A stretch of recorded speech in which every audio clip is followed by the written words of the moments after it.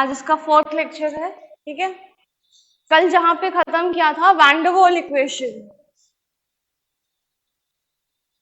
Van der Waal equation क्या बताया था, जो रियल गैसेस हैं दे डेविएट फ्रॉम आइडियल बिहेवियर। तो जो आइडियल बिहेवियर है वो नहीं वो शो करेंगी। दैट इज आइडियल इक्वेशन क्या थी, PV is equal to NRT. ये सिर्फ आइडियल गैसेस ही इसको फॉलो करती हैं, जो रियल गैसेस है वो इससे डेविएशन शो करती हैं। तो उसके लिए क्या था, वैन डर वाल इक्वेशन आया था, p plus N square upon we square, v minus n b is equal to n r t. ये for n number of moles के लिए हुआ, ठीक है। और अगर फॉर 1 मोल गैस के लिए हो जाए, 1 मोल गैस तो क्या हो जाएगा, P plus N square upon A upon we square, क्योंकि n की वैल्यू 1 हो गई है, ठीक है। V minus B is equal to R T, clear. अब इस पे एक क्वेश्चन जरा नोट करेंगे। The van der Waals equation, the van der Waals equation reduces itself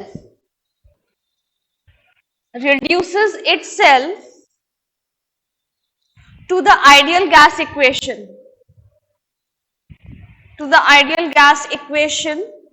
at 4 options are there. First is high pressure and low temperature. B is low pressure and low temperature.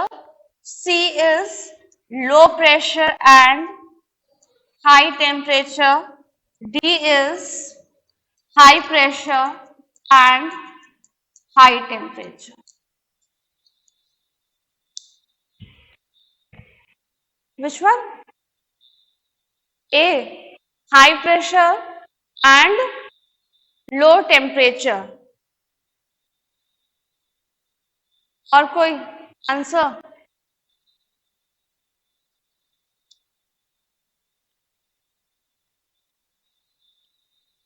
Question पढ़ा? Question क्या है, the van der Waal equation reduces itself to ideal gas equation. Van der Waal equation कौन follow करता है, real gases, ठीक है। और ideal gas equation, ideal gases.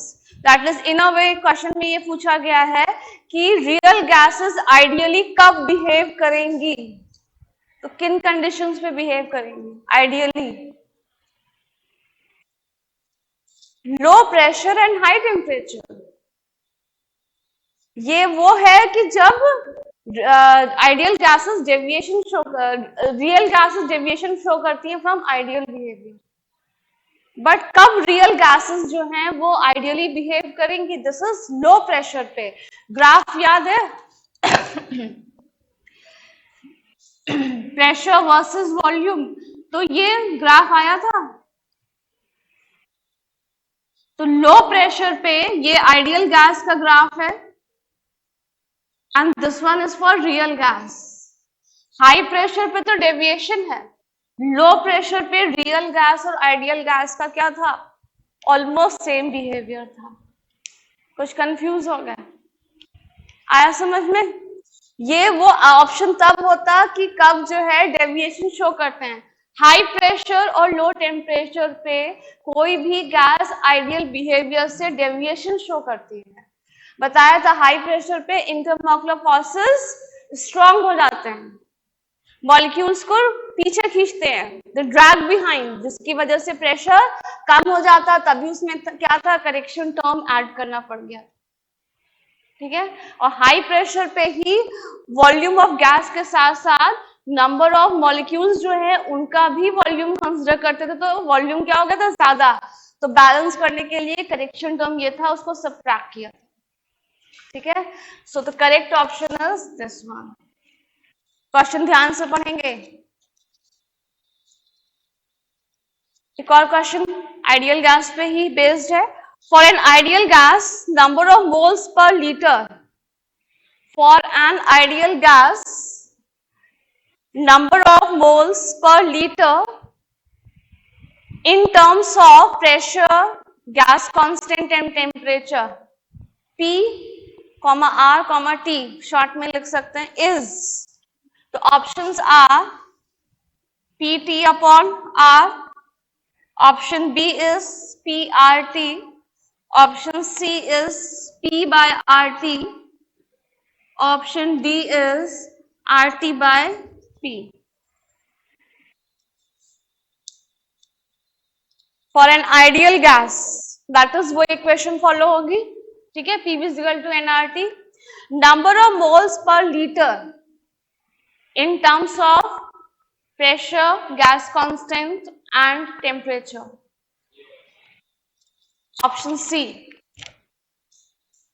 क्या कैसे आया? PV is equal to nRT, number of moles per liter, ये हो गया. तो अगर हम इसको इधर कर लेंगे तो क्या बचेगा? P upon RT. यही ऑप्शन आया, ठीक है, सिर्फ रीअरेंज करना है. चलिए आगे मूव करते हैं कंप्रेसिबिलिटी फैक्टर की तरफ. ठीक, the deviation from ideal behaviour, जो भी रियल गैसेस हैं आइडियल बिहेवियर से जो डेविएशन शो करती हैं उसको कंप्रेसिबिलिटी फैक्टर के टर्म्स में भी मेजर किया जाता है. कंप्रेसिबिलिटी फैक्टर क्या है? इसको Z से रिप्रेजेंट करते हैं and it is equal to PV upon nRT.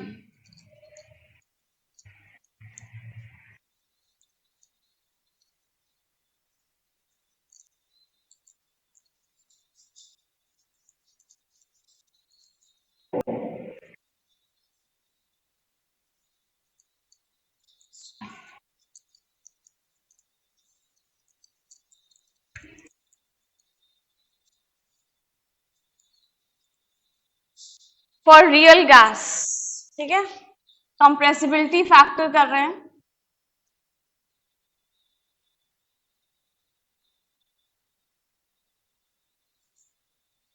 Z, ठीक है. पहले तो ये कंप्रेसिबिलिटी फैक्टर क्या होता है? वही जो रियल गैसेस हैं आइडियल बिहेवियर से डेविएशन शो कर रही हैं तो उसको मेजर किया जाता है in terms of compressibility factor. Z से इसको रिप्रेजेंट करते हैं and it is equal to PV upon nRT. For ideal gas, Z should be equal to 1. ठीक है, अगर Z की वैल्यू 1 रखेंगे तभी तो इस इक्वेशन में Z की वैल्यू 1 रखी तो PV अपॉन nRT, तभी तो हम लिख सकते हैं कि PV is equal to nRT, तभी तो आएगा. यानी अगर कोई आइडियल गैस है तो उसके लिए Z की वैल्यू 1 होनी चाहिए. ठीक है, अब एक्सपेरिमेंट परफॉर्म किया गया. सारे गैसेस है, नाइट्रोजन है, hydrogen, oxygen, methane and carbon dioxide. ठीक है, तो ये क्या हुआ कि ये y एक्सिस पे Z लिया गया, PV is equal to nRT, और x एक्सिस पे प्रेशर. तो 1 आना चाहिए. अगर रियल गैसेस है तो उसकी हॉरिजॉन्टल गैस है तो ये आइडियल गैस के लिए 1 आएगा. अगर आप लो प्रेशर पे देखें तो सभी गैसेस आइडियली बिहेव करती हैं, but the extent to which extent they are behaving ideally वो अलग अलग होता है depending upon the nature of the gas. ठीक है, कोई बहुत लो प्रेशर पे ही करेंगी, कोई थोड़ा सा प्रेशर बढ़ाएंगे तभी भी आइडियली बिहेव करेंगी. बट आप देख रहे हैं अगर हाई प्रेशर की तरफ मूव करेंगे all the gases they show positive deviation from ideal gas behaviour. ठीक है, ये आइडियल गैस बिहेवियर ये है. ठीक है, पहली चीज, कुछ सभी गैसेस लो प्रेशर पे आइडियली बिहेव करती हैं लेकिन सबका एक्सटेंट अलग अलग होता है depending upon the nature of the gas. पहली चीज समझ में आई. ठीक है, लो प्रेशर पे तो अभी जैसे यहाँ पे ग्राफ भी बनाया था, ये वाला ग्राफ बॉयल्स लॉ वाला, तो लो प्रेशर पे गैसेस जो है आइडियली बिहेव करती हैं. ठीक है, लेकिन सबका प्रेशर की वैल्यू अलग अलग होगी कि किस प्रेशर तक वो आइडियली बिहेव कर रही हैं. हाई प्रेशर पे जा रहे हैं तो सभी गैसेस डेविएशन शो करेंगी और सबका पॉजिटिव डेविएशन होगा, जेड की वैल्यू ग्रेटर देन 1 आएगी, ठीक है। बट एट लो प्रेशर कुछ गैसेस होती हैं वो तो लो प्रेशर पे भी पॉजिटिव डेविएशन शो करेंगे, बट कुछ गैसेस ऐसी होती हैं जो नेगेटिव डेविएशन शो कर रही हैं, जेड की वैल्यू लेस देन 1 आएगी। और अगेन इनके भी जो कर्व्स हैं कि किस एक्सटेंट तक इनका नेगेटिव डेविएशन होगा वो भी नेचर ऑफ गैस पे डिपेंड करेगा, क्लियर। तो दो कंडीशंस आती हैं, पहला तो z जो है ग्रेटर देन 1 होगा या z लेस देन 1 होगा।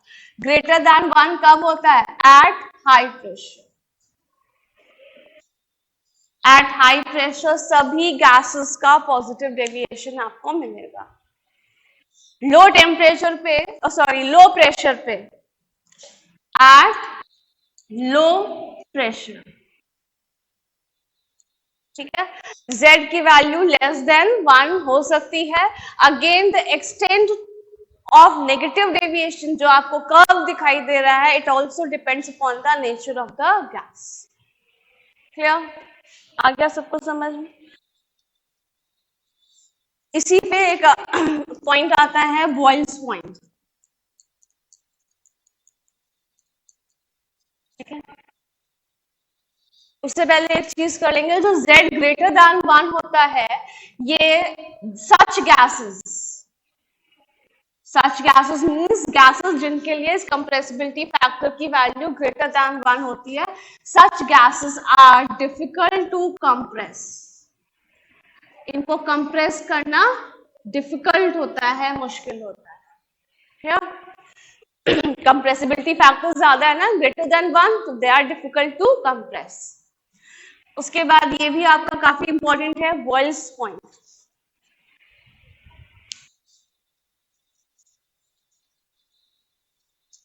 ठीक है। बॉयल्स पॉइंट क्या है? इट इज द टेम्परेचर, वो टेम्परेचर है जहां पे कोई भी real gas ideal gas laws follow करते हैं, ठीक है, क्योंकि टेम्परेचर, प्रेशर, ये सारी कंडीशंस गवर्न करते हैं ना, तो वो टेम्परेचर जिसपे कोई real gas ideal gas laws को फॉलो करते हैं, that temperature is called Boyle's temperature या बॉयल्स पॉइंट, ठीक है। लिख लेंगे definition, the temperature at which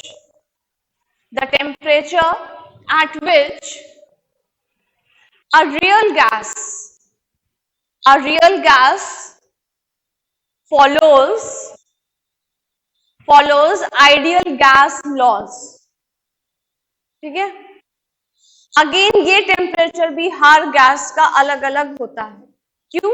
depending upon the nature of the gas, ठीक है। क्लियर है ये पॉइंट? ठीक।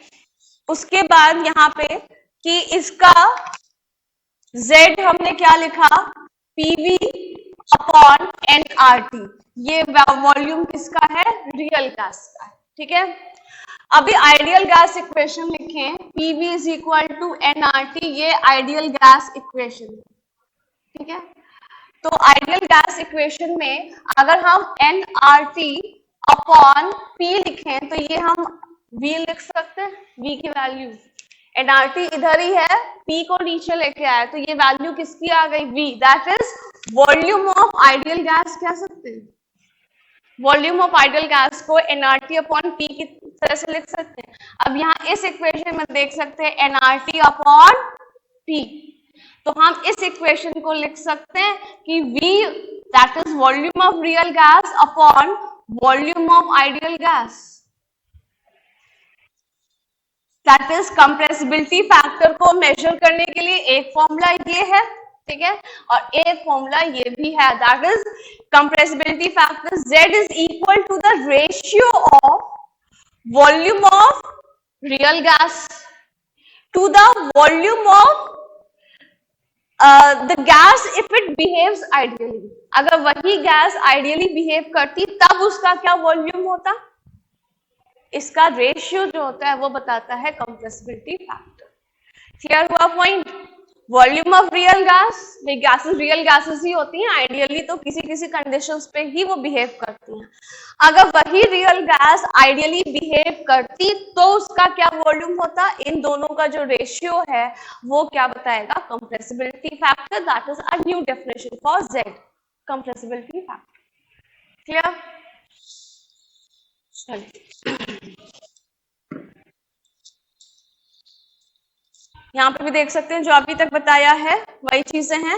Compressibility factor is defined as the ratio of actual molar volume of the gas, actual means the real gas का जो भी volume है, ठीक है, to the calculated molar volume considering it as a ideal gas. अगर उसी temperature and pressure पे अगर हम उसको आइडियल गैस कंसिडर करते तो उसका क्या वॉल्यूम आता, तो उसका रेशियो जो है वो Z। क्लियर? अब इस पे एक बेस्ड एक क्वेश्चन करेंगे, होपफुली क्वेश्चन भी लिखा हुआ है पीपीटी पे।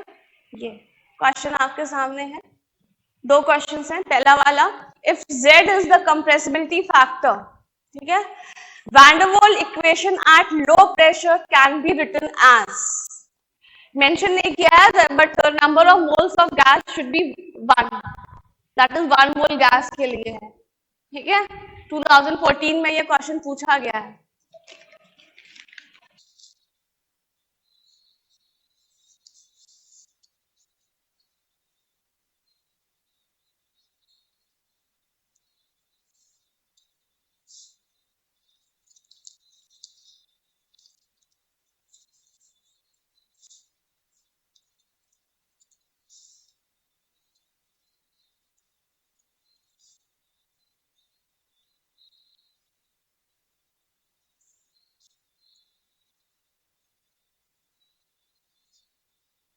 क्वेश्चन समझ में आया?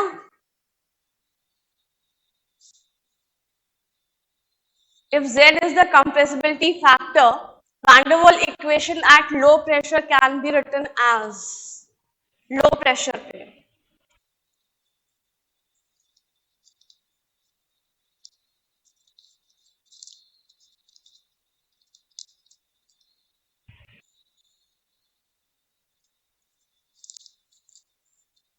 लो प्रेशर कंडीशन दिया हुआ है, ठीक है।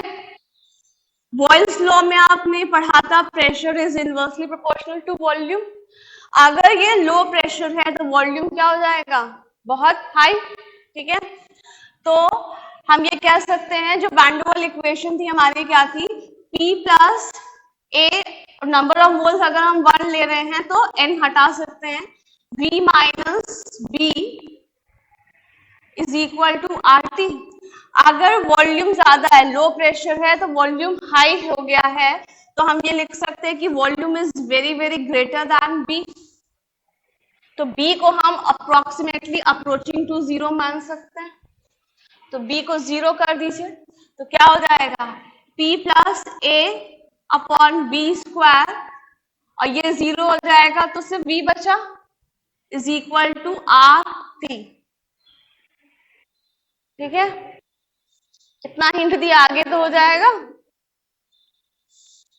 अब बी स्क्वायर को अगर एलसीएम ले लें तो क्या हो जाएगा, पी स्क्वायर प्लस ए, और इसको v से मल्टीप्लाई करेंगे तो क्या है, PV square upon v square into v plus a upon v square into v। यहां से क्या बचा, पीवी और plus a upon v RT।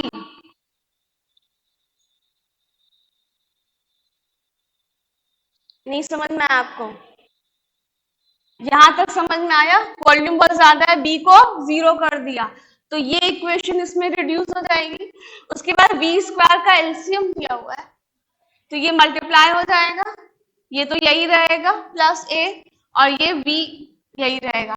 उसके बाद इसको मल्टीप्लाई किया है, ठीक है, v से मल्टीप्लाई करेंगे अंदर तो ये क्या रिड्यूस हो जाएगा, pv, और ये a अपॉन v मिला इज इक्वल टू RT। अब हमें क्या करना है, कंप्रेसिबिलिटी फैक्टर देखना है, ठीक है। For 1 mole of gas compressibility factor हमने क्या लिखा था, PB is equal to NRT, लेकिन अगर 1 मोल गैस है तो हम क्या लिखेंगे, PB upon RT for 1 mole gas. ठीक है, तो यानी कि इस इक्वेशन को अगर आप, अच्छा अब इधर मूव कर रहे हैं, PV is equal to RT minus A upon V कह सकते हैं। ठीक है, इस इक्वेशन को डिवाइडिंग द अबव इक्वेशन, या आप कोई नंबर भी डाल सकते हैं, above equation by RT, RT से डिवाइड कर लीजिए, तो जो एलएचएस में करेंगे आरएचएस में भी डिवाइड करेंगे, तो क्या आ जाएगा, पीबी अपॉन आरटी, ये क्या हो जाएगा, आरटी अपॉन आरटी क्या हो जाएगा, कैंसिल होके 1 हो जाएगा, और यहाँ पे क्या हो जाएगा, तो ये इसको हम क्या लिख सकते हैं, z, यहां से देख के ये क्या हो जाएगा, 1 माइनस,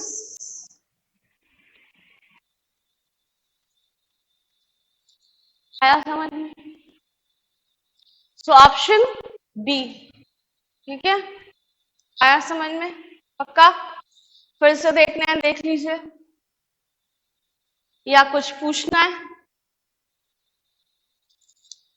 तो आगे मूव करें फिर, या नोट करना है, यू वांट टाइम।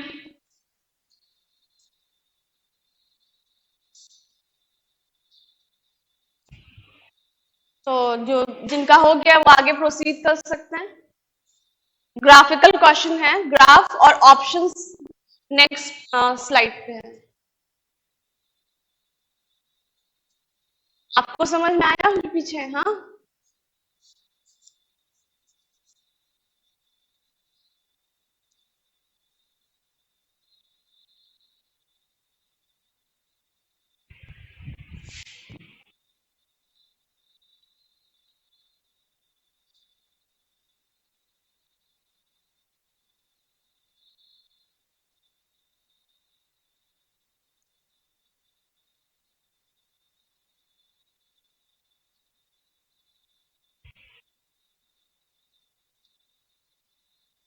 हो गया, इधर ये वाला हो गया, अभी वो कर रहे हैं, चलिए, तो फिर अब ये क्वेश्चन भी सेकंड वाला नोट कर सकते हैं। For 1 mole of van der Waals gas, अब यहाँ पे 1 मोल मेंशन किया गया है, when B is equal to 0, van der Waal constant B 0 हो गया है, टेम्परेचर 300 केल्विन है, the pressure volume versus 1 by volume plot. ठीक है, इज शोन बिलो, अभी नेक्स्ट स्लाइड पे है, the value of van der वाल कांस्टेंट्स ए की वैल्यू बतानी है, B तो 0 ले लिया है, ठीक है, ए की वैल्यू बतानी है, नंबर ऑफ मोल्स 1 है।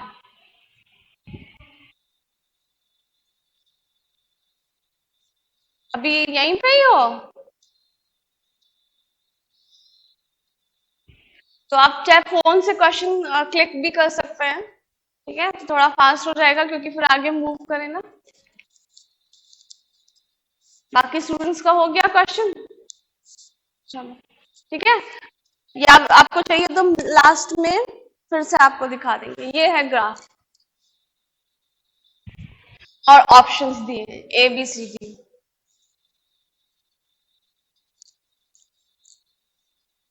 इधर वाला रब कर रहा है,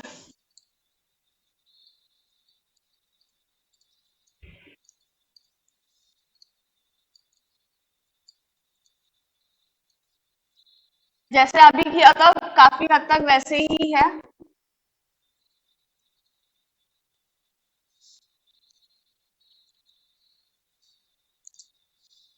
हो गया आपका,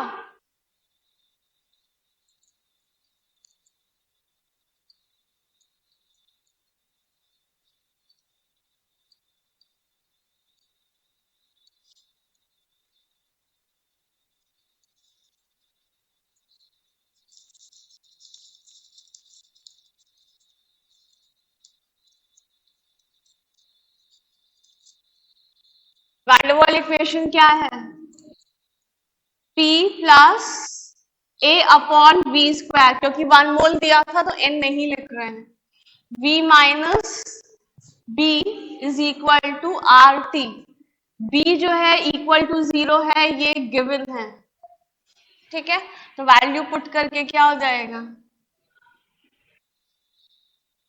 सिंपल v बचेगा, v माइनस 0 का v बचेगा is equal to R T. अब करिए अगेन, वैसे ही एलसीएम ले सकते हैं, तो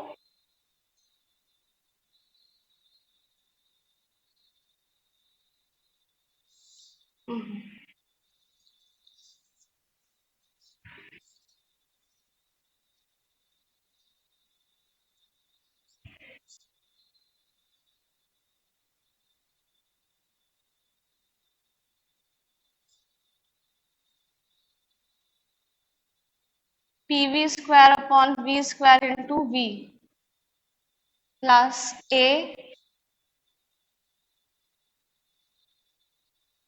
ठीक है, v और v स्क्वायर में से एक v कैंसिल रहेगा यहाँ पे, तो क्या बचेगा, pv plus a upon v R T, ठीक है। ये तो जैसे पहले इक्वेशन किया था बिल्कुल वैसे ही है।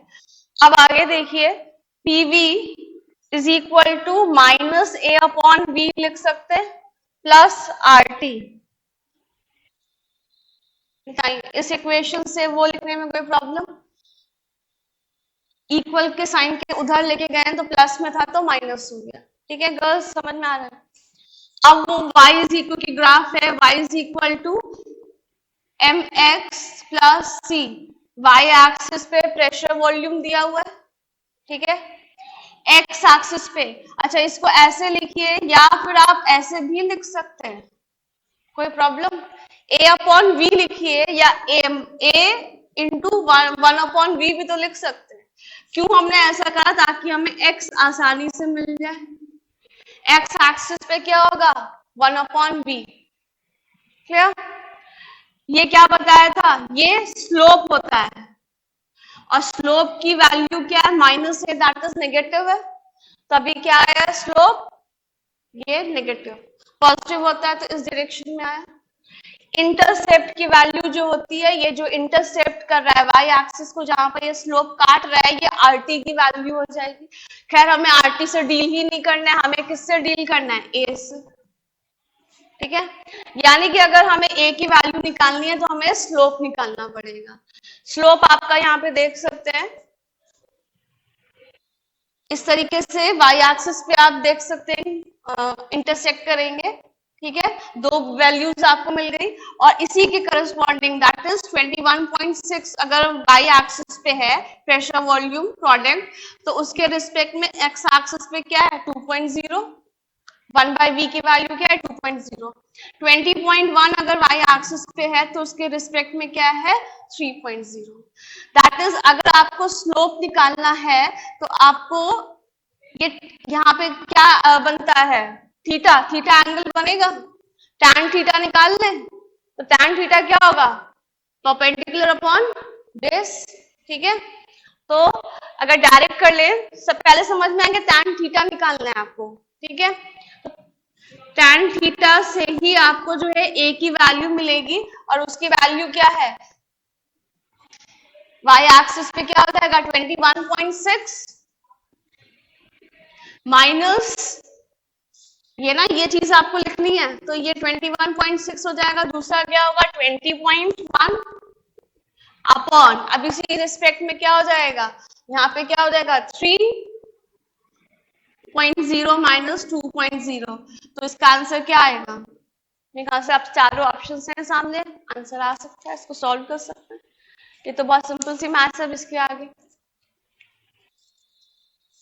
बताइए आंसर 1.5, क्लियर। ए की वैल्यू क्या होगी 1.5, डन। इस तरह से कंप्रेसिबिलिटी फैक्टर पे भी क्वेश्चन कर सकते हैं, वैन डर वाल इक्वेशन पे, और कल जो थोड़े से थॉटफुल क्वेश्चंस कराए थे वैन डर वाल इक्वेशन पे कि किस गैस के लिए ए की वैल्यू ज्यादा होगी, किस गैस के लिए बी की वैल्यू ज्यादा होगी, वो भी कर सकते हैं।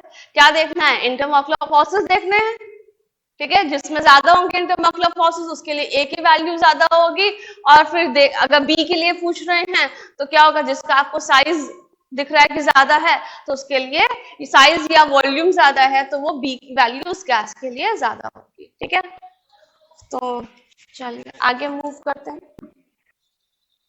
Now the liquefaction of gases. ठीक है,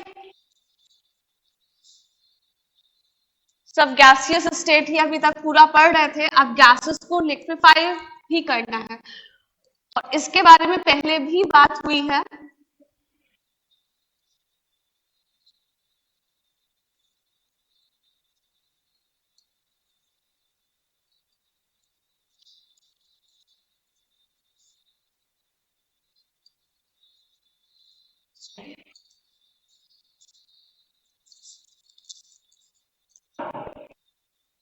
लिक्विफैक्शन ऑफ गैसेस, यानी गैसेस को लिक्विफाई करना होता है।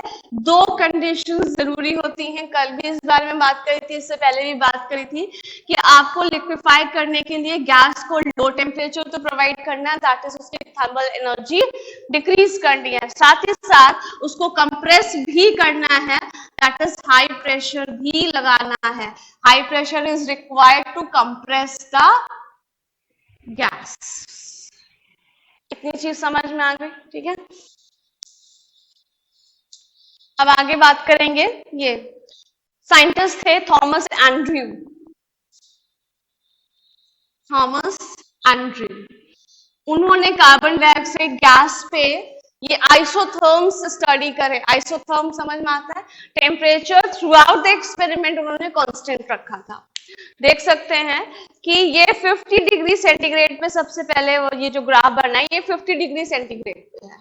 ठीक है, तो भाई गैस को लिक्विफाई करने के लिए क्या है, लो टेम्परेचर। ठीक है, किस टेम्परेचर पे लिक्विफाई करेगी नहीं पता, उन्होंने 50 डिग्री से या हो सकता है उससे ज्यादा भी से भी स्टार्ट किया हो, लेकिन सारे टेम्परेचर्स हम लोग को यहाँ पे उसका ग्राफ नहीं प्रोवाइडेड है, और अगर प्रोवाइडेड होता तो इतना कॉम्प्लिकेटेड हो जाता। ठीक है, तो कुछ ही टेम्परेचर दिए हैं इस ग्राफ के हिसाब से। 50 डिग्री टेम्परेचर सबसे हाईएस्ट है, मान लेते हैं कि उन्होंने इस टेम्परेचर से स्टार्ट किया।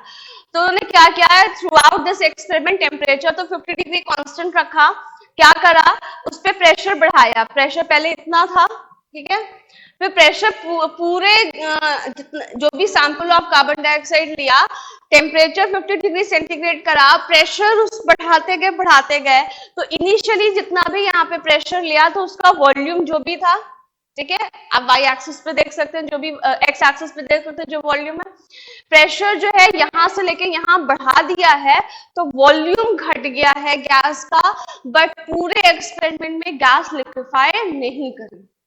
ठीक है, तो उन्होंने फिर टेम्परेचर और लो डाउन किया होगा। ठीक है, हो सकता है 49, 48, 47 डिग्री सेंटीग्रेड इस तरीके से किया होगा, बट अगेन सारे ग्राफ नहीं दिए हैं। सेकेंड जो ग्राफ दिया है यहाँ पे 31.1 डिग्री सेंटीग्रेड पे दिया है। ठीक है, आप प्रिसाइज देखिए कितना प्रिसिजन है साइंटिस्ट में कि 31.1 डिग्री सेंटीग्रेड पे भी किया है। ठीक है, तो अगेन वो क्या है, ये ग्राफ जो है, ये वाला जो ग्राफ है, अगेन ये आइसोथर्म है, और इस पे प्रेशर वो इंक्रीज करते चले गए। टेम्परेचर यही रखा 31.1 डिग्री से, प्रेशर इंक्रीज करा, वॉल्यूम जो भी था लो प्रेशर पे, हाई प्रेशर पे वॉल्यूम डिक्रीज हो गया गैस का, but throughout this temperature या throughout the experiment gas liquefy नहीं करे। तो उन्होंने कहा कि चलो और जो है वो लो टेम्परेचर प्रोवाइड करते हैं। दोनों फैक्टर्स फॉलो हो रहे हैं, लो टेम्परेचर भी और हाई प्रेशर लगाया जाता है, गैस को कंप्रेस भी करा जा रहा है। आपकी जो ये ब्लू वाला लाइन आपको दिख रहा है, ये कितने पे है, 30.98 डिग्री सेंटीग्रेड। इस पे उन्होंने क्या किया, जब एक्सपेरिमेंट स्टार्ट किया तो गैस था, ठीक है, तो उसके बाद उसको कंप्रेस किया, तो कंप्रेस करके वॉल्यूम कम हो गया। अभी कितना वॉल्यूम है ये, और कंप्रेस कर दिया, हाई प्रेशर लगाया तो वॉल्यूम कुछ ही आया, और ये जो है प्रेशर जब 73 एटमॉस्फेयर हो गया तो गैस लिक्विफाई कर गई। This is the temperature at which the gas appears in the liquid state for the first time. अभी तक नहीं हो रहा था 50 degree centigrade, 31.1 degree centigrade gas liquefy नहीं कर रही थी।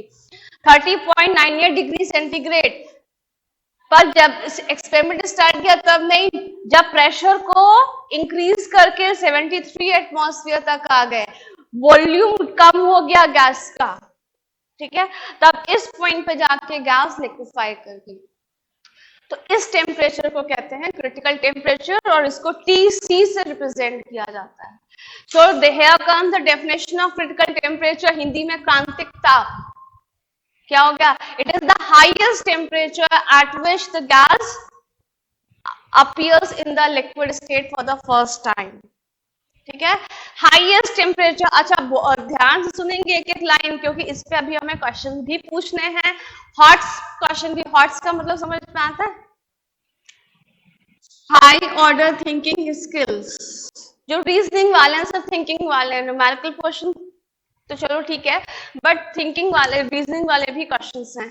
तो अभी हमने क्या बोला क्रिटिकल टेम्परेचर की definition? It is the highest temperature at which the gas liquefy, ये भी बोल सकते हैं, और कह सकते हैं कि gas appears in the liquid state for the first time. ठीक है, आ गया। अब ये जो क्रिटिकल टेम्परेचर है हर गैसेस का अलग अलग होता है।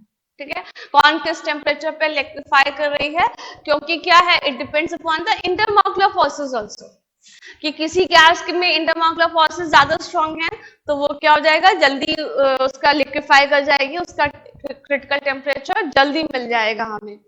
तो सब गैसेस का अलग अलग होता है। 30.98 डिग्री सेंटीग्रेड ये कार्बन डाइऑक्साइड का है। अच्छा, इस क्रिटिकल टेम्परेचर पे जो प्रेशर है दैट इज यहाँ पे 73 एटमॉस्फेयर है, उसे हम क्या कहेंगे, क्रिटिकल प्रेशर। और उसके करस्पॉन्डिंग जो भी वॉल्यूम है उसे हम क्या कहेंगे, critical volume. That is critical temperature, critical pressure and critical volume को हम इन शॉर्ट क्या कह सकते हैं, they are the critical constants.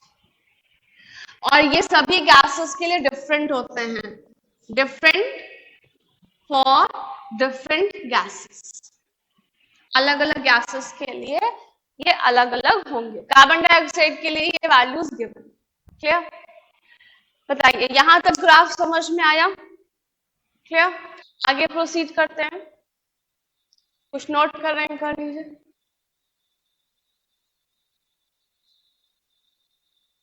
हो गया? चलिए अब उसके नीचे भी चलते हैं। ठीक है, अब ये वाला ग्राफ, ठीक है, ऊपर की 3 लाइन्स हो चुकी हैं।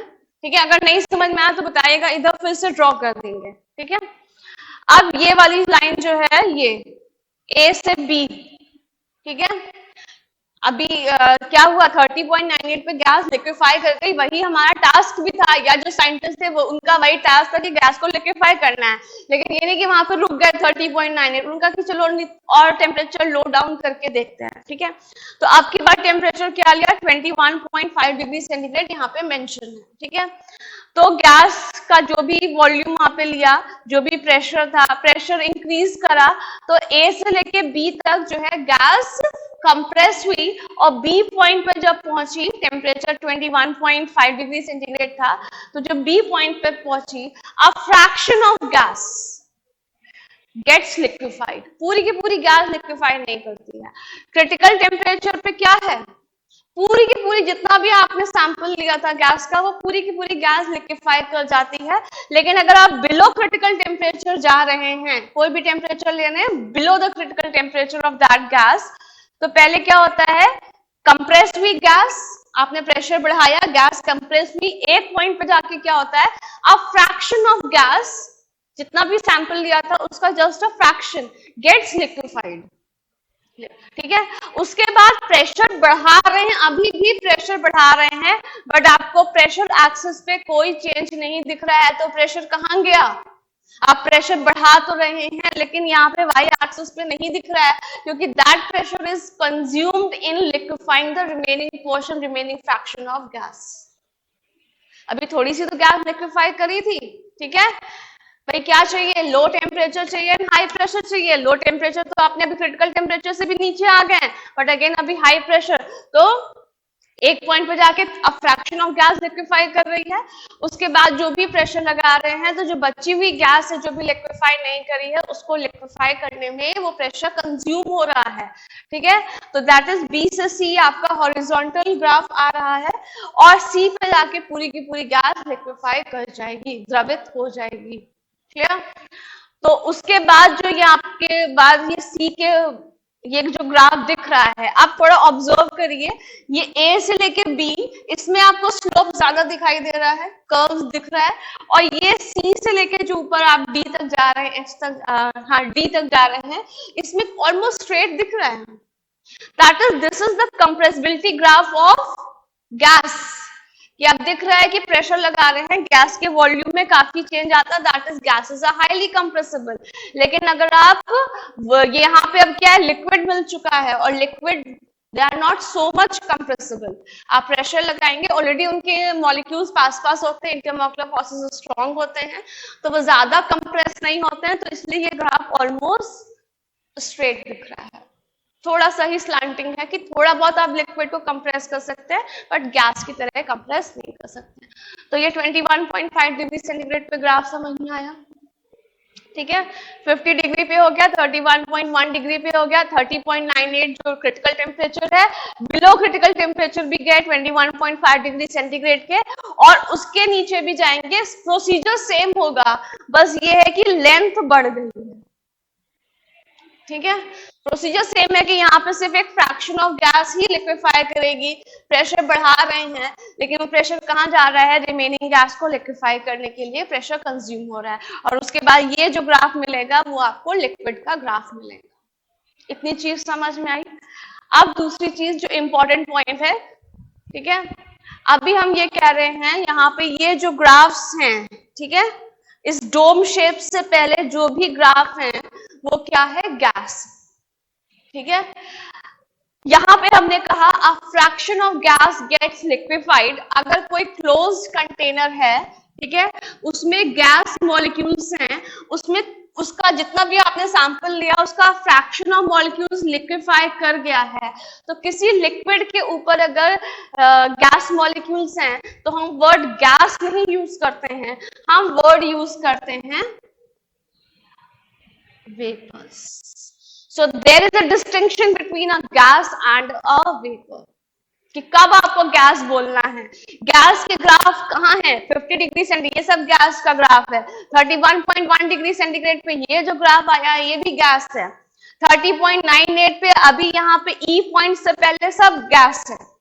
ठीक है, यहाँ पे भी अब फ्रैक्शन ऑफ गैस है, बट यहाँ पे क्या हो गया, यहाँ पे आपको लिक्विड एंड वेपर दोनों मिलेंगे. वो गैस नहीं कहेंगे, लिक्विड के ऊपर जो भी होता है गैसियस स्टेट में उसको हम उसका उस लिक्विड का वेपर स्टेट में होता है. ठीक है, आ गया समझ में. यानी कि हम कह सकते हैं कि लिक्विड क्या होता है, लिक्विड क्या है, अ डेंसर फॉर्म ऑफ गैस. किसी गैस का डेंस फॉर्म ही क्या होता है, लिक्विड कहलाता है. क्या अब एक क्वेश्चन पूछ लें छोटा सा, difference between H2O vapors and H2O gas. अभी अभी खत्म किया ये चीज, अब क्वेश्चन दे दिया. अब H2O के अलावा कुछ भी हो सकता है, CO2 ले सकते हैं, बट हमने CO2 से थोड़ा हट के यहाँ पे H2O. कि कब आप कहेंगे कि H2O गैस है, कब आप कहेंगे कि वाटर वेपर्स.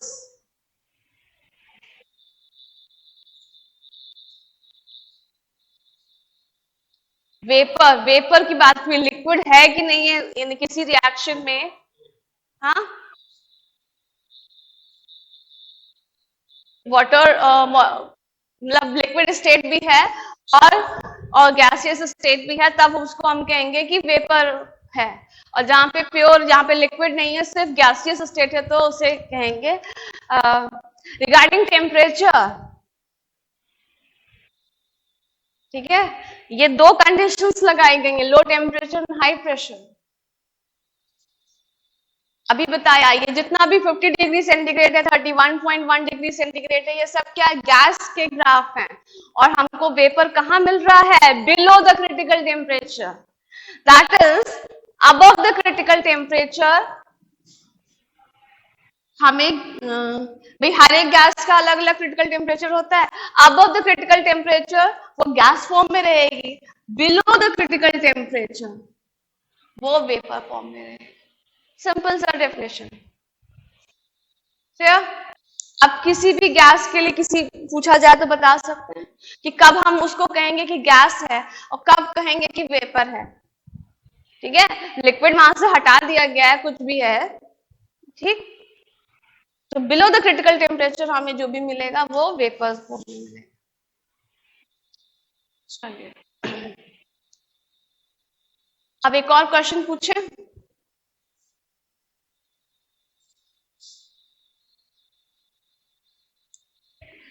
डेफिनेशन लिखी हुई है क्रिटिकल टेम्परेचर की, ठीक है।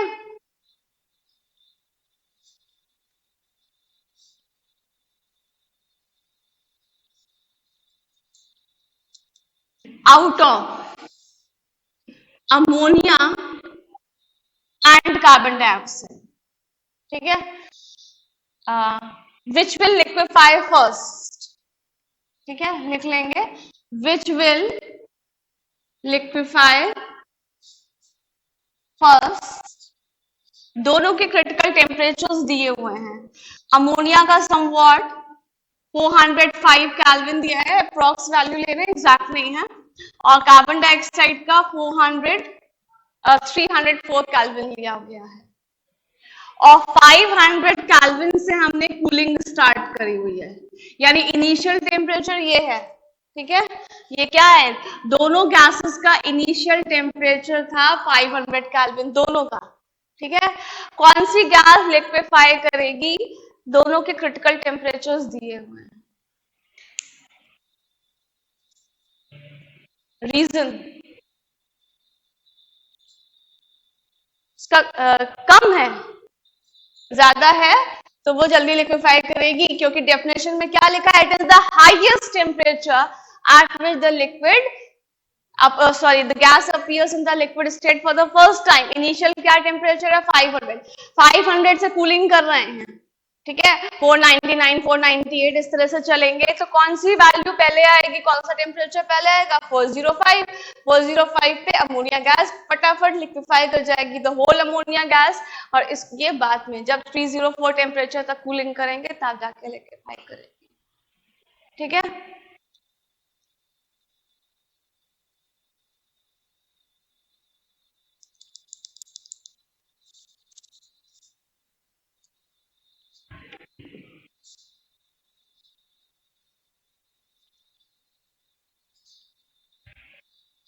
हो गया, डेटा चाहिए तो नहीं था।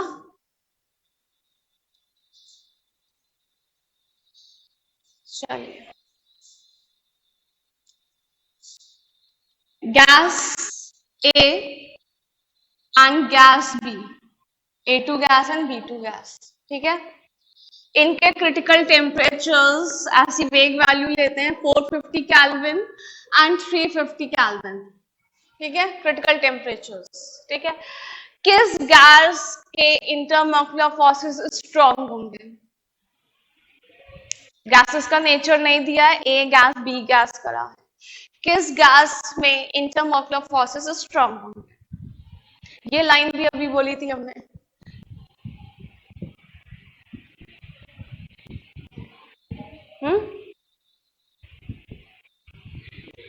हाँ, रीजन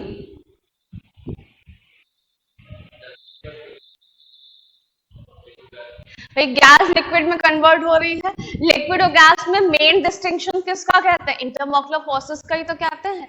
जिस गैस में इंटरमॉलिक्यूलर फोर्सेस स्ट्रॉन्ग होते हैं वो जल्दी लिक्विफाई करती है, और ये भी पढ़ा है जिस गैस का क्रिटिकल टेम्परेचर हाई होता है वो भी जल्दी लिक्विफाई करती है।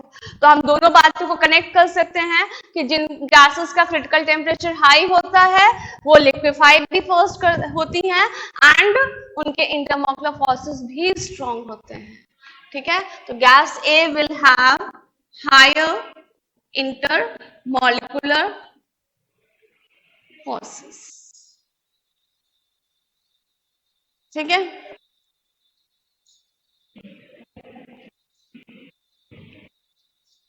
करा जाए आगे। एक N2 गैस है ठीक है, और अमोनिया गैस है, किसका क्रिटिकल टेम्परेचर हाई होगा? ठीक है, वैल्यू नहीं दिया है, क्रिटिकल टेम्परेचर इनफैक्ट पूछा जा रहा है किसका क्रिटिकल टेम्परेचर हाई होगा।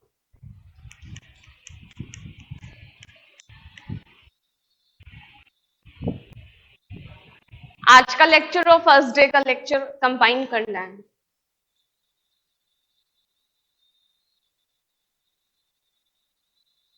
क्रिटिकल टेम्परेचर अभी इससे वाले क्वेश्चन में क्या बताया था, इंटरमॉलिक्यूलर फोर्सेस से लिंक्ड है, जिसका हाई इंटरमॉलिक्यूलर फोर्सेस उसका हाई क्रिटिकल टेम्परेचर भी होगा।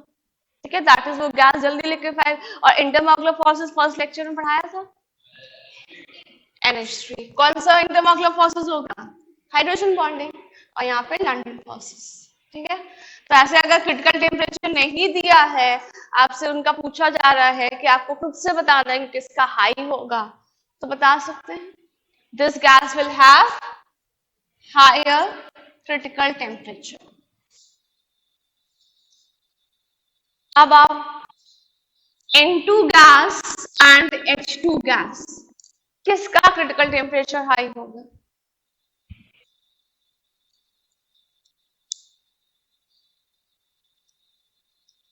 दोनों ही नॉन पोलर गैसेस हैं, दोनों में ही डायपोल डायपोल लंडन फोर्सेस लग रहे हैं, डिस्पर्जन फोर्सेस लग रहे हैं। H2 का ज्यादा होगा क्रिटिकल टेम्परेचर, रीजन क्या है? साइज छोटा है। ठीक है, आपने फिजिक्स में ये फॉर्मूला पढ़ा है या डायरेक्टली प्रोपोर्शनल वाला साइन लगा दें। ठीक है, तो क्योंकि हमें जी से मतलब नहीं है, ये आप ग्रेविटेशनल फोर्स कहते हैं, हम यहाँ पे इसको इंटरमॉलिक्यूलर फोर्सेस कनेक्ट कर लेते हैं। ठीक है, यहाँ पे केमिस्ट्री में मॉलिक्यूल्स के लिए इंटरमॉलिक्यूलर फोर्सेस कह रहे हैं, और ये मॉलिक्यूल्स का मास है, यानी कि मास से डायरेक्टली प्रोपोर्शनल है। जितना ज्यादा मास होगा उतना ज्यादा इंटरमॉलिक्यूलर फोर्सेस होंगे। आप बताइए, ऑब्वियसली इसका मास ज्यादा होगा। ठीक है, तो इसमें इंटरमॉलिक्यूलर फोर्सेस भी ज्यादा होंगे, तो इसके ये इजीली लिक्विफाई कर जाएगी एट हायर क्रिटिकल टेम्परेचर। चीज है ये, कई जगह लगेगा आपका। ठीक है, पीरियोडिक टेबल में हेवियर एलिमेंट्स जो होते हैं, ठीक है, उनका मास ज्यादा है। हेवियर एलिमेंट मतलब उनका मास ज्यादा है, तभी उनका मेल्टिंग पॉइंट या बॉइलिंग पॉइंट ज्यादा होता है, क्योंकि मास ज्यादा है, तो इंटरमॉलिक्यूलर फोर्सेस स्ट्रांग होंगे।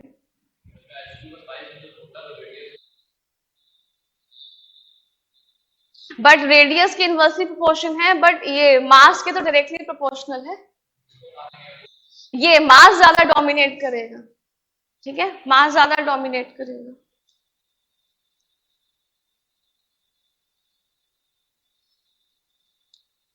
डन। तो इस पे आपने ग्राफ अभी देख लिया है, जो हॉट क्वेश्चन बनते हैं वो भी आपने देख लिया, थॉटफुल क्वेश्चन जो भी है। चलिए आगे बढ़ते हैं कि आगे क्या है। नाउ लिक्विड स्टेट, अब गैस लिक्विफाई कर गई है, लिक्विड में कन्वर्ट हो गया है, तो let's study the liquid state. Vapour pressure, तो इसमें कुछ हेडिंग्स ही पढ़नी है। ठीक है, तो वेपर प्रेशर क्या होगा? तो pressure exerted by vapours when liquid phase is in equilibrium with vapour phase. ये इंपॉर्टेंट है। ठीक है,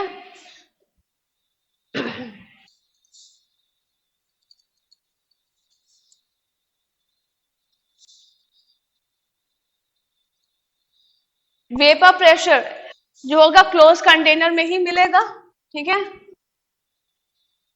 कोई यहाँ पे लिक्विड है, वेपराइज किया होगा, वेपर्स यहाँ पे बने होंगे, रूम टेम्परेचर पे भी वेपराइज करेगा। ठीक है, आप कितना ये वेपर्स वही गैस जो अभी तक पढ़ते आ रहे हैं, क्या होता है, गैसियस स्टेट ही तो है, आपस में भी कोलाइड करेंगे और कंटेनर की वॉल से भी कोलाइड करेंगे। ठीक है, जब कंटेनर की वॉल से कोलाइड करेंगे दे विल एक्सर्ट प्रेशर। ठीक है, कितना प्रेशर एक्सर्ट कर रहे हैं आप प्रेशर गॉज लगा सकते हैं और वहां से मेजर कर सकते हैं कि कितना प्रेशर एक्सर्ट कर रहे हैं। ठीक, बट अभी क्या है, अभी वेपर्स फॉर्म हो रहे हैं, तो ये प्रेशर यहाँ पे आपको वेरिएबल वैल्यू मिलेगी, चेंज हो रही है। तो जब चेंज हो रही है तो ऑब्वियसली आप क्या किसको मानेंगे, अभी कहेंगे कि ये वैल्यू है, तब तक वो फिर से चेंज हो जाएगी, ठीक है। तो जब वैल्यू फिक्स हो जाए, और वैल्यू फिक्स कब होती है, जब vapours and the liquid state they are in equilibrium. Equilibrium का मतलब क्या है, इनिशियली जब आपने सिर्फ यहाँ पर लिक्विड लिया है तो रेट ऑफ इवेपोरेशन होगा, ठीक है, किसी स्पीड से, किसी रेट से लिक्विड वेपराइज करेगा, वेपर्स बन रहे हैं। जब वेपर्स, अच्छा ये क्लोज कंटेनर में वेपर्स बाहर निकल नहीं सकते हैं, एस्केप आउट नहीं कर सकते हैं, तो क्या होगा, आपस में टकरा रहे हैं, कंटेनर की वॉल से टकरा रहे हैं, और एक फेज ऐसा भी आएगा क्योंकि अब इनकी कंसंट्रेशन बढ़ रही है और बाहर निकल नहीं सकते हैं, तो ये लिक्विड की सरफेस से भी टकरा सकते हैं क्योंकि बाहर तो निकल नहीं रहे। जब लिक्विड की सरफेस से टकराएंगे तो उसे हम क्या कह सकते हैं, कंडेंसेशन हो रहा है, ये इवेपोरेशन हो रहा है। और जब वेपर्स लिक्विड में टकरा रहे हैं और वो लिक्विड में मिक्स हो जा रहे हैं, दैट इज वो कंडेंस हो रहे हैं। तो इनिशियली रेट ऑफ इवेपोरेशन ज्यादा होगा, कंडेंसेशन कम होगा क्योंकि वेपर्स अभी कम है तो कम टकरा रहे हैं। लेकिन जिस पॉइंट पे rate of evaporation is equal to rate of condensation, it is called equilibrium condition, कि जिस रेट से वाटर इवेपोरेट कर रहा है, वेपर्स बन रहे हैं, उसी रेट से वेपर्स कंडेंस हो रहे हैं लिक्विड में, तभी वेपर्स की कंसंट्रेशन बराबर रहेगी, सेम रहेगी, कांस्टेंट रहेगी, तो प्रेशर भी क्या आएगा, कांस्टेंट। तब हम जो भी प्रेशर यहाँ पे मेजर कर रहे हैं उसे हम क्या कहेंगे, वेपर प्रेशर, ठीक है। ऑब्वियसली जब तक वैल्यू चेंज हो रही है तो तब तक नहीं लेंगे, जब वैल्यू फिक्स होगी, और फिक्स कब होगी, जब vapours and the liquid state, liquid and the vapour phase, they both are in equilibrium. और इक्विलिब्रियम कब होता है, जब rate of evaporation and rate of condensation बराबर हो जाते हैं, ठीक है। Next point is the boiling point, the temperature at which the vapor pressure of liquid becomes equal to the external pressure। vapor pressure का concept आपका यहां से आ चुका है, ठीक है।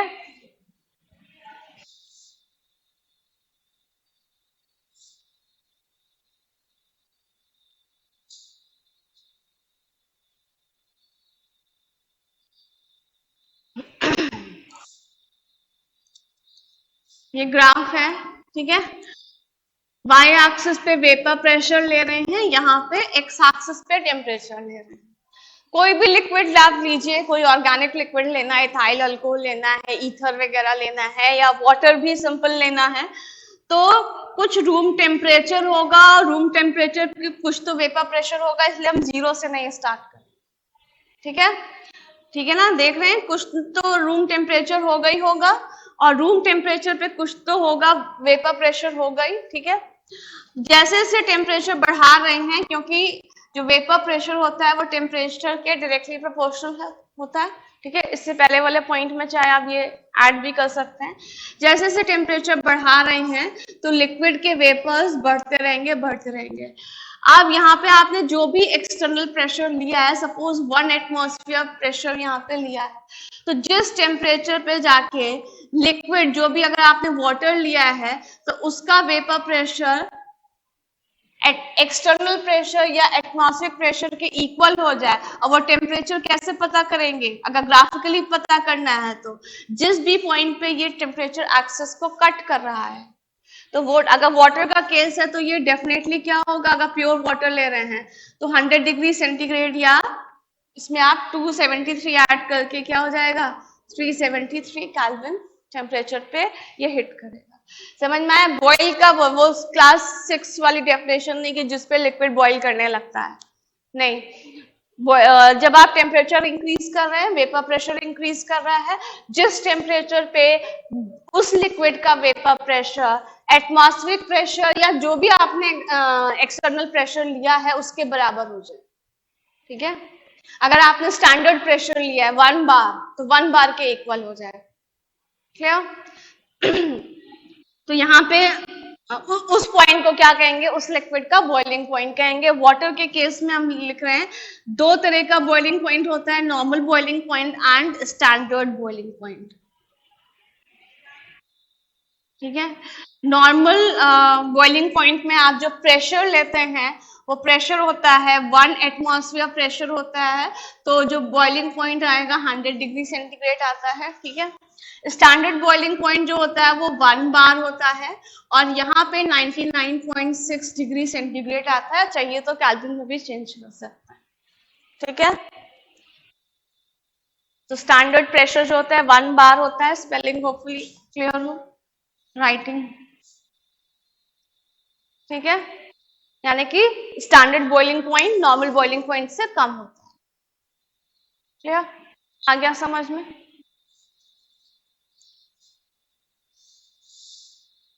ठीक, हाई एल्टीट्यूड्स पे जब जाते हैं, ठीक है, पर्वतों वगैरह पे जाते हैं, पहाड़ियों पे ऊंचे पे जाते हैं, तो वहां का एटमॉस्फेरिक प्रेशर लो होता है,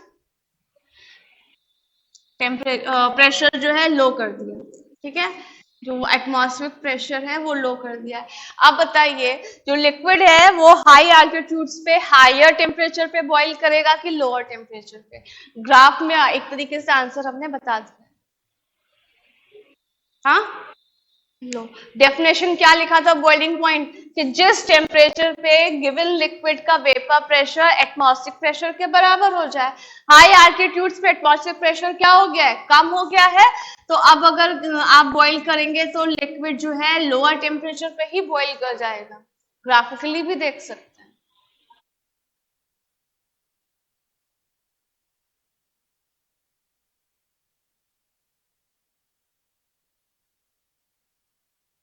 क्या समझ में?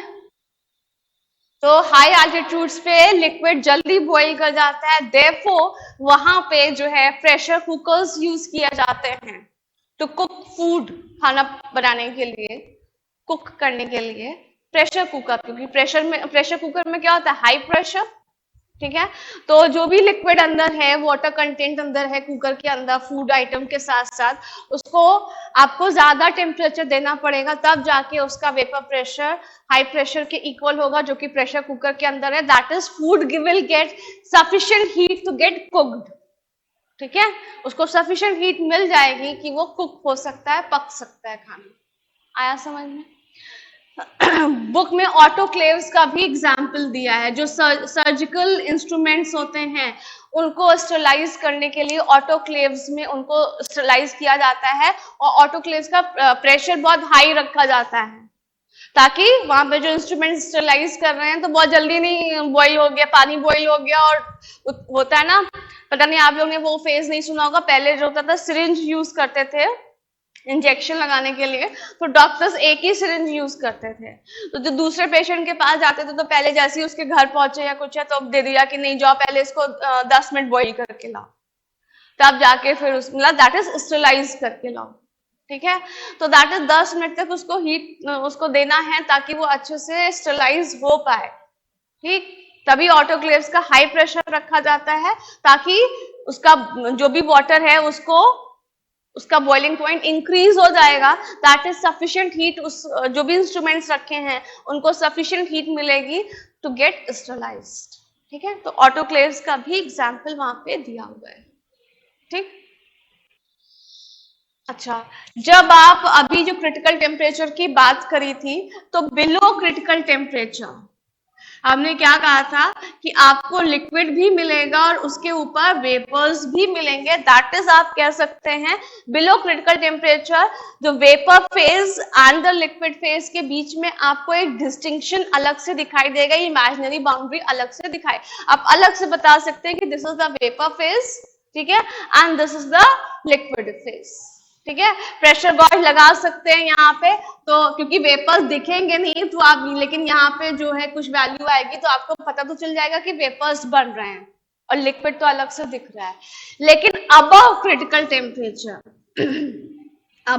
टेम्परेचर इस तरह की कोई भी इमेजिनरी बाउंड्री नहीं दिखाई देती है, that is liquid and vapours आपको एक जैसे, अभी हमने यहाँ पे लिखा भी था साइड में कि लिक्विड क्या होता है, अ डेंसर फॉर्म ऑफ गैस।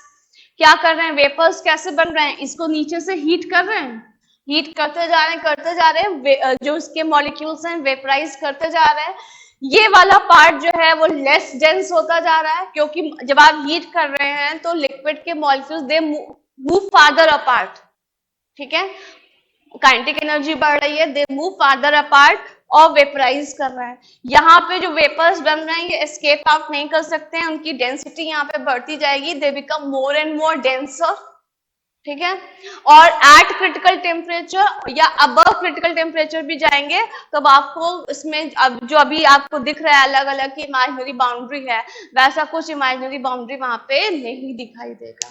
तो एट क्रिटिकल टेम्परेचर जो एक इमेजिनरी बाउंड्री होती है लिक्विड एंड वेपर स्टेट में, वो वैनिश कर जाती है, और लिक्विड को आप क्या कहेंगे, अ डेंसर फॉर्म ऑफ गैस। आया समझ में? ठीक है, चलिए आगे मूव करते हैं।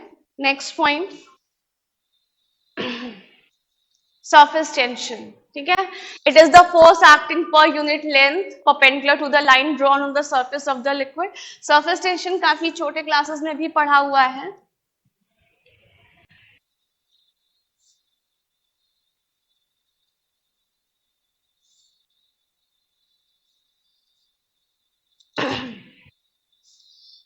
एक बीकर में अगर पानी लिया है, ठीक है, जो बल्क में मॉलिक्यूल है उसको दूसरा मॉलिक्यूल जो उसके नीचे है उसको नीचे पुल कर रहा है, जो मॉलिक्यूल ऊपर है वो उसको ऊपर पुल करेगा। ठीक है, दैट इज अपवर्ड और डाउनवर्ड फोर्सेस कैंसिल हो जाएंगे, साइड वाइज फोर्सेस भी कैंसिल हो जाएंगे। ठीक है, क्योंकि ये जो मॉलिक्यूल है इसके सिमिलर मॉलिक्यूल अपने सिमिलर मॉलिक्यूल से ही तो सराउंडेड होता है। ठीक है, जिस फोर्स से नीचे वाला मॉलिक्यूल उसको पुल करेगा तो ऊपर वाला मॉलिक्यूल भी उसी फोर्स से पुल करेगा, साइड वाइज भी ऐसे होगा, डायगनली भी ऐसे हो जाएगा। ठीक है, दैट इज बल्क में जो मॉलिक्यूल है उसे नो नेट फोर्स एक्सपीरियंस करेगा। कौन सा मॉलिक्यूल? जो बल्क में है, तो मॉलिक्यूल इन बल्क। ठीक है, बट ऐसा सरफेस पे नहीं होता। अगर सरफेस पे कोई मॉलिक्यूल है, ठीक है, जो उसके नीचे कोई मॉलिक्यूल प्रेजेंट है वो उसको नीचे पुल कर रहा है, बट ऐसा मॉलिक्यूल ऊपर नहीं है। ऐसा नहीं कि मॉलिक्यूल्स होंगे नहीं, एयर के मॉलिक्यूल्स होंगे, लेकिन वाटर मॉलिक्यूल्स तो नहीं है ना। तो जिस फोर्स से कोई मॉलिक्यूल उसको नीचे पुल करेगा, उस फोर्स को नलिफाई करने के लिए वैसा मॉलिक्यूल ऊपर नहीं है। ठीक है, साइड वाइज वाला हो सकता है कैंसिल हो जाए, बट डायगनली इसको नीचे, दैट इज जो सरफेस मॉलिक्यूल है वो नेट फोर्स इनवर्ड फील कर रहा है, एक्सपीरियंस कर रहा है। दैट इज कह सकते हैं कि जो मॉलिक्यूल सरफेस पे होते हैं वो एक कांस्टेंट प्रेशर में होते हैं, एक टेंशन में होते हैं, क्योंकि उनके ऊपर नेट इनवर्ड फोर्स लग रहा होता है। ठीक है, एक टेंशन में रहते हैं, this is called surface tension. ठीक है, वही आपका it is the force acting per unit length perpendicular to the line drawn on the surface of the liquid. Surface of the liquid पे अगर कोई लाइन ड्रॉ किया जाए तो उसके परपेंडिकुलर अगर जो फोर्स लग रहा है दैट इज सरफेस टेंशन। और यही जो मॉलिक्यूल्स होते हैं सरफेस टेंशन को रिड्यूस करने के लिए क्या करना है, अगर सरफेस एरिया रिड्यूस कर ले तो सरफेस टेंशन भी रिड्यूस हो जाएगा। तो इसीलिए आप जब देखते हैं कि रेन वाटर जब नीचे गिरता है तो स्फेरिकल शेप, जो रेन ड्रॉप्स होती हैं वो स्फेरिकल इन शेप होती है। मरकरी का जो अभी तो डिजिटल थर्मामीटर चलने लगे हैं, जो पुराने थर्मामीटर थे उसको तोड़ा है कभी, या गलती से टूटा है तो अंदर से मरकरी निकला है, तो वो भी एक स्फेरिकल फॉर्म में रहता है, वो लिक्विड की तरह फैल नहीं जाता है। ठीक है, क्यों? क्योंकि अगेन हाई सरफेस टेंशन उसमें होता है, and to reduce the surface tension उनको मिनिमम सरफेस एरिया एक्वायर करना है, तो वो स्फेरिकल शेप होती है। अब ये बताइए सरफेस टेंशन एंड टेम्परेचर के बीच में relationship, directly proportional, inversely proportional? It is directly proportional. अगर आप टेम्परेचर इंक्रीज करेंगे तो सरफेस टेंशन इंक्रीज होता है। Clear? And the last point is viscosity. Viscosity क्या है? It is the measure of resistance to the flow of liquid which arises due to the friction। जो भी लिक्विड्स होती हैं हम उन कहते हैं कि लैमिनर फ्लो होता है उनका, दैट इज लेयर्स में फ्लो करती है। ठीक है, जो लेयर किसी सरफेस से बिल्कुल टच कर रही है, ठीक है, उसके कांटेक्ट में है, तो वो लेयर सबसे धीमी होगी। इससे जस्ट नेक्स्ट वाली जो लेयर होती है उसकी स्पीड थोड़ी ज्यादा होगी, और उससे ऊपर वाली जो लेयर है, तीन ही लेयर्स की बात कर रहे हैं, उसकी स्पीड उससे ज्यादा होगी। कभी देखा है झरना वगैरह देखा है, वाटरफॉल वगैरह, तो रॉक्स होते हैं साइड में, ठीक है, यहां से अगर वो वाटरफॉल है, तो जो सबसे जो रॉक से टच करके जो लेयर है वाटर की, वो सबसे शांत लेयर होती है, उसमें उछाल सबसे कम होता है, काइनेटिक एनर्जी सबसे कम होती है, और जो सबसे टॉप लेयर होती है, तो सबसे ज्यादा उछाल आप देखेंगे उसी में होता है, फ्लो उसी में ज्यादा होता है, ठीक है। तो जो किसी सरफेस के डायरेक्टली कांटेक्ट में है, तो वो लेयर जो होती है वो सबसे उसकी स्पीड कम होती है, ठीक है। तो इसको laminar flow, that is layers में है। अब लेयर्स में है तो कुछ ना कुछ फ्रिक्शन भी अराइज होगा, और यही वहां पर डेफिनेशन दिया है। विस्कोसिटी क्या है? It is the measure of the resistance to the flow which arises due to internal friction between the layers. अब ये कहा जाए, but some force is required to maintain the flow, ना कुछ फोर्स तो चाहिए कि लिक्विड का फ्लो मेंटेन रहे, और देखा गया है कि जो फोर्स है वो area of contact, capital A यहाँ पे क्या है, एरिया ऑफ कांटेक्ट के डायरेक्टली प्रोपोर्शनल होता है, ठीक है, and it is also directly proportional to velocity gradient. ये क्या है? Velocity gradient. अब ये समझिए वेलोसिटी ग्रेडियंट क्या है। ये जो लेयर्स है, हमने फिर भी इतनी बड़ी बड़ी लेयर्स बना दी हैं, जबकि ऐसा इतनी बड़ी लेयर्स तो नहीं होती ना, बहुत पास पास लेयर्स होती हैं, और यानी कि जब पास पास हैं तो एक लेयर और दूसरी लेयर के बीच में जो डिस्टेंस है वो बहुत ही स्मॉल डिस्टेंस होगा, दैट इज dz ले सकते हैं, ठीक है। और इन जो स्पीड में जो डिफरेंस है, अभी कहा कि इसकी अगर हम कहते हैं मिडिल लेयर की u स्पीड है, तो उससे नीचे वाली की u माइनस dz होगी, कुछ कम होगी मिडिल लेयर से, और ऊपर वाली की क्या कह सकते हैं, u प्लस du कह सकते हैं। उसकी थोड़ी सी कम होगी नीचे वाले की, और उसकी थोड़ी सी ज्यादा होगी। तो जब चेंज इन वेलोसिटी को विद डिस्टेंस लिया गया है, that is called velocity gradient. Again LHS same है, तो आरएचएस को इक्वेट कर सकते हैं, और प्रोपोर्शनैलिटी साइन हटाना है तो कांस्टेंट लाएंगे इटा, तो इसको हम इस तरीके से लिख सकते हैं।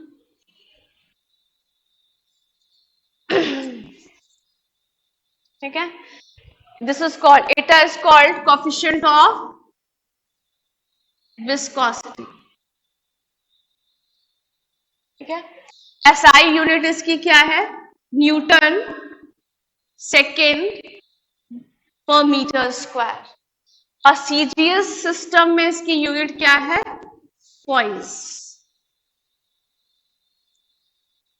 और विस्कोसिटी और टेम्परेचर में रिलेशनशिप बताएंगे, डायरेक्टली प्रोपोर्शनल, इनवर्सली प्रोपोर्शनल, क्या डायरेक्टली प्रोपोर्शनल। अगर टेम्परेचर, स्टार्च सोल्यूशन दिमाग में है, घर पे देखा है चावल में से अगर स्टार्च निकाल के बनाते हैं, ठीक है, या अरारोट को सिंपल आप जो है पानी में डिसॉल्व करिए, उसकी विस्कोसिटी ज्यादा होती है एज कंपेयर टू वाटर। अब ध्यान करिए कि अगर वो गर्म होगा तो क्या वो इजिली फ्लो कर सकता है, या ठंडा होने के बाद इजिली फ्लो कर सकता है? चावल कैसे बनता है, उसका माड़ निकाल के बनता है, देखा नहीं होगा, ऑब्जर्व नहीं, एटलीस्ट गर्ल्स। वही जो स्टार्च निकलता है वो कॉटन कपड़ों में भी लगाया जाता है, कि साड़ी में लगा दिया, या जो भी कॉटन कपड़े यूज कर रहे हैं, तो ठंडा होने पे वो और थिक हो जाता है, और जब एकदम गरम गरम जो चावल बन रहा है उसमें से गरम गरम जो स्टार्च निकल रहा है, माड़ निकल रहा है, वो निकालते हुए देखा भी होगा, तो बहुत इजीली फ्लो करता है वो, ठीक है, और ठंडा हो जाता है तो वो थिक हो जाता है, डार्क एकदम जम जाता है, तो यानी कि क्या कहेंगे, इनवर्सली प्रोपोर्शनल। जब थिक हो जाएगा तो विस्कोसिटी क्या हो जाएगी, उसकी बढ़ जाएगी, ठीक है, तो ये क्या हो जाएगा, टेम्परेचर ज्यादा है, विस्कोसिटी कम होगी, easy to flow, for the liquid, ठीक है। और टेम्परेचर लो डाउन कर दिया तो विस्कोसिटी बढ़ जाएगी, यानी कि जो फ्लो है वो रिड्यूस करेगा। चलिए, प्रीवियस ईयर्स में एक क्वेश्चन और भी आया था,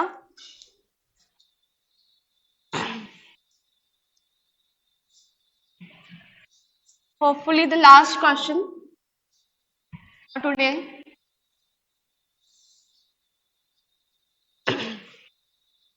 एक ग्राफ बना है वेपर प्रेशर और टेम्परेचर के बीच में, ठीक है। इस तरीके से ये 0 है, यहाँ पे 3 ग्राफ्स बने हैं एक्स वाई जेड, ठीक है। ये 293 केल्विन पे है, 393 केल्विन पे है एंड 353 केल्विन, ठीक है। तो ऑप्शन दिए हैं, X has higher intermolecular interactions, X has higher intermolecular interactions compared to Y. B is X has lower intermolecular interactions compared to Y. C is Z has lower intermolecular interactions compared to Y. Now the correct inferences is oblique R. Option दिए हैं, ए है correct option, ए और सी है, B है correct option सिर्फ ए है, सी है correct option सिर्फ बी है, और डी है कि करेक्ट ऑप्शन सिर्फ सी।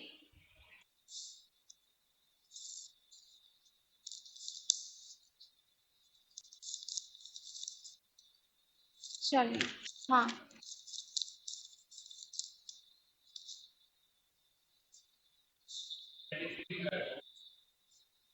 थ्री 53, ठीक है। अरे नहीं, मेरे को देखना पड़ेगा, फिर सही पकड़ा आपने, वो सही है, लास्ट बीच वाला गलत, 333 है।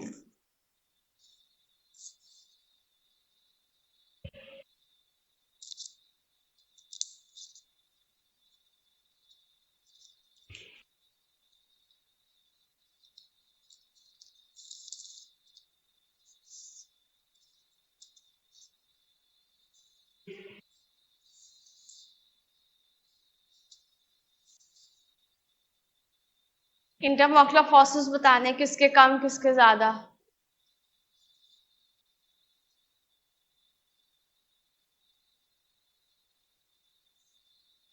ये लो टेम्परेचर पे है ना, C option, that is B influence correct है, ठीक है। एक्स जो है वो लो टेम्परेचर पे ही वेपराइज कर रहा है, उसका वेपर प्रेशर बढ़ रहा है, यानी इसके इंटरमॉक्युलर फोर्सेस वीक होंगे। बी उससे हाई, वाई जो है उससे हाई टेम्परेचर पे, यानी उसके जो इंटरमॉक्युलर फोर्सेस होंगे वो और ज्यादा स्ट्रॉन्ग होंगे, तभी उनको हाई टेम्परेचर प्रोवाइड करना पड़ रहा है। और सी में जेड में सबसे ज्यादा इंटरमॉक्युलर फोर्सेस होंगे। तो x has lower intermolecular forces as compare to y, ये वाला ऑप्शन करेक्ट है। So that's all for this chapter, ठीक है। तो ये चैप्टर यहाँ पे कंप्लीट होता है। चलिए, क्वेश्चन समझ में आए, कर पाए? Thank you.